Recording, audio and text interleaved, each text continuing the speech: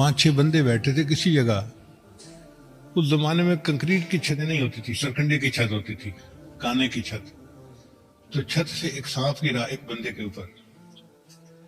अब उस बंदे ने जो अपना हाथ हिलाया तो वो सांप दूसरे पर गिरा, दूसरे ने हाथ हिलाया वो तीसरे पर गिरा, तीसरे ने किया तो वो चौथे पे गिरा, और चौथे ने हाथ हिलाया तो पांचवें गिरा, और पांचवें को उसने डस लिया। अब पांचवा बंदा मर गया। अब फुकहा में एक बहस चल पड़ी कि जी दियत किसको देनी चाहिए। एक होता है किसास, जब इरादे से किसी को कत्ल किया जाए ना उसका किसास होता है, और एक होता है बगैर इरादे के कोई कत्ल हो जाए उसकी दियत होती है, खून बहा देना पड़ता है। इसकी मिसाल यूं समझे कि आप घर से गाड़ी लेके चले, जी मैं जुम्मे की नमाज में पहुंचे हूं, देर हो रही है। अब आप गाड़ी तेज चला रहे थे और उधर से कोई शकल मोटर वाला आ रहा था, एक्सीडेंट हो गया और बंदा मर गया, तो उसके कत्ल की दियत होगी। क्योंकि आप उसको मारने की नीयत से घर से नहीं चले थे, आप तो जुम्मा पढ़ने के लिए चले थे, मगर ट्रैफिक की वजह से बंदा मर गया। तो जो गलती से बंदा मर जाए उसकी दियत होती है। अब वो जो बंदा मर गया उसकी दियत कौन दे? पहला दे, दूसरा दे, तीसरा दे या चौथा दे?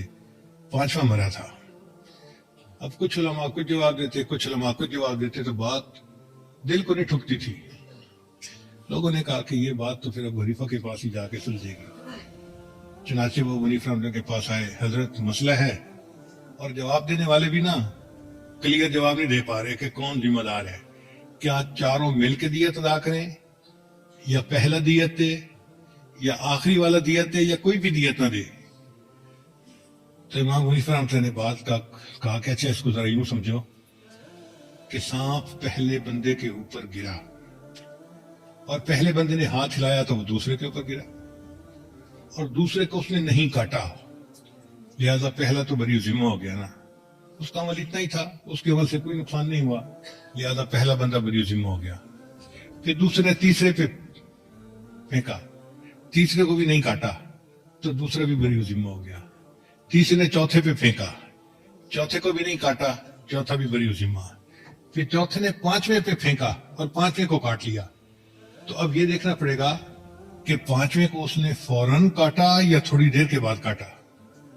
लोगों ने कहा इसका क्या फर्क पड़ता है कि फौरन काटा या थोड़ी देर के बाद काटा? फरमाया इसलिए कि अगर फौरन काट लिया तो चौथे को दियत देनी पड़ेगी, और अगर कुछ देर के बाद काटा तो जिस तरह पहलों के लिए जान बचानी फर्ज थी, इस पर भी तो फर्ज थी ना, इसने क्यों नहीं अपनी जान बचाई?